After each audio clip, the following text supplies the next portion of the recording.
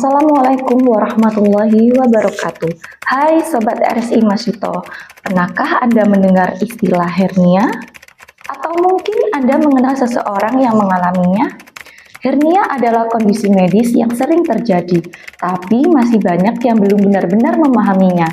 Di video ini kita akan membahas apa itu hernia, jenis-jenisnya, gejala umum, penyebab, penanganan, dan pencegahan hernia bersama dengan dokter spesialis bedah umum RSI Masito, yaitu Dr. Haji Muhammad Jundi, spesialis bedah.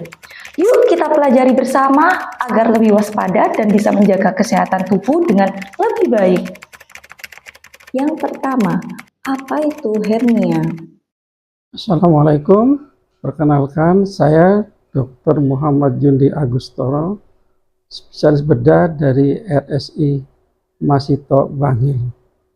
Saya menjelaskan tentang hernia, yaitu hernia adalah suatu secara klinis di mana adanya organ atau jaringan yang menonjol keluar melewati defek atau titik lemah pada dinding atau jaringan sekitarnya. Biasa diafragma itu nampak dari luar, bisa juga tidak nampak dari luar. Contohnya hernia diafragma atau dinding daripada torak atau daripada dada, juga bisa dinding pada obturator yaitu dalam perut. Tapi lebih ideal kita membahas yang bisa menonjol di luar, bisa kelihatan secara awam. Contohnya yaitu yang sering menonjol di sekitar perut, bisa di daerah pusar, bisa di pelipatan paha, bisa di selangkangan. Atau juga bisa di bekas operasi adanya tonjolan di sana. Itu mungkin kita lebih fokus gitu biar kita lebih paham nantinya. Yang kedua, apa saja jenis-jenis hernia itu? Hernia yang kelihatan dari perut itu ada banyak sekali jenisnya. Bisa hernia yang kita sebut di inguinalis biasanya terjadi di pelipatan paha baik kanan baik kiri, baik laki-laki maupun pada perempuan. Bisa juga hernia pada umbilikus, yaitu ada di pusar, baik orang dewasa maupun pada anak-anak. Lebih sering untuk anak-anak juga waktu dari lahir, dan untuk dewasa biasanya paling sering pada perempuan. Bisa juga yang kita sebut ada hernia insisional, yaitu hernia yang terjadi pada bekas luka operasi. Paling sering juga pada perempuan yaitu adalah hernia femoralis. Biasa dekat pada pelipatan paha. Nah ini sering pada perempuan juga sering. Yang ketiga, apa saja gejala umum terjadinya hernia? Adapun gejala umum yaitu adanya benjolan, di mana benjolan itu bisa bersifat kalau dia berdiri keluar atau dia mengejan keluar, tapi kalau begitu dia buat tidur istirahat, dia menghilang. Atau benjolan itu yang sudah lama bisa juga tidak keluar sama sekali, sehingga kadang-kala menimbulkan rasa nyeri atau tidak nyaman di daerah benjolan itu. Atau kadang-kadang ada orang mengatakan senep di perut. Kadang disertai mual atau muntah. Nah, itu biasanya terjadi pada kalau hernianya sudah terjadi penjepitan di sana. Yang keempat, apa penyebab terjadinya hernia?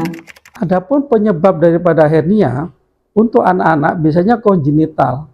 Jadi adanya sejak mulai lahir. Biasanya defeknya sudah ada mulai lahir, artinya adanya dinding yang sudah tidak tertutup dengan sempurna dari lahir. Sedangkan dewasa bisa karena dia didapat artinya misalkan dia angkat beban berat atau pekerjaan yang mengangkat dengan mengejan. Bisa karena batuk-batuk lama, batuk kronis atau mengejan, bisa juga karena kegemukan atau waktu saat kehamilan di mana tekanan perut sangat meningkat. Sedangkan luka insisional biasanya bekasnya operasi yang mengalami infeksi. Jadi kalau operasi yang tidak mengalami infeksi sudah jarang terjadi insisional. Yang kelima, bagaimana penanganan apabila terjadi hernia? Sekarang bagaimana kita penanganannya? Untuk anak-anak, selama dia berusia 6 bulan sampai 1 tahun, dan tidak ada keluhan apa-apa, kita anjurkan untuk diobservasi dulu. Diharapkan bisa nutup dengan spontan, dengan harapan tidak ada pemberian apapun juga yang bisa menekan perut, pakai gritol ke apa, itu usahakan dihindari. Sedangkan untuk yang dewasa, kita anjurkan untuk dioperasi. Semakin dia kecil hernianya, kemungkinan untuk kumat nantinya terjadi hernia lagi akan semakin kecil.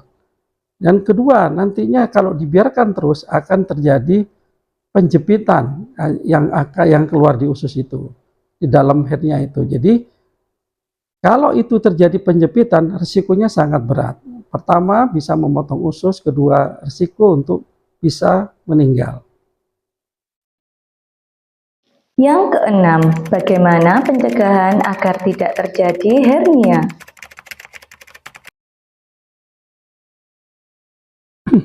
Sekarang bagaimana untuk pencegahannya? Kalau pencegahan untuk anak-anak di mana sudah ada dari kecil sudah kongenital, kita usahakan mengurangi apapun juga membuat tekanan di anak-anak di perut itu tidak ada. Contohnya menghindari apapun pemakaian gurita-gurita yang tidak perlu pada perut. Sedangkan untuk dewasa, kita hindari mungkin dengan mengangkat beban yang lebih berat.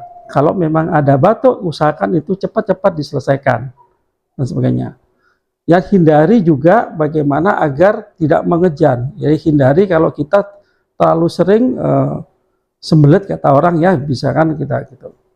Dan juga jaga berat badan yang ideal, tetap dengan pola hidup yang sehat dan aktif.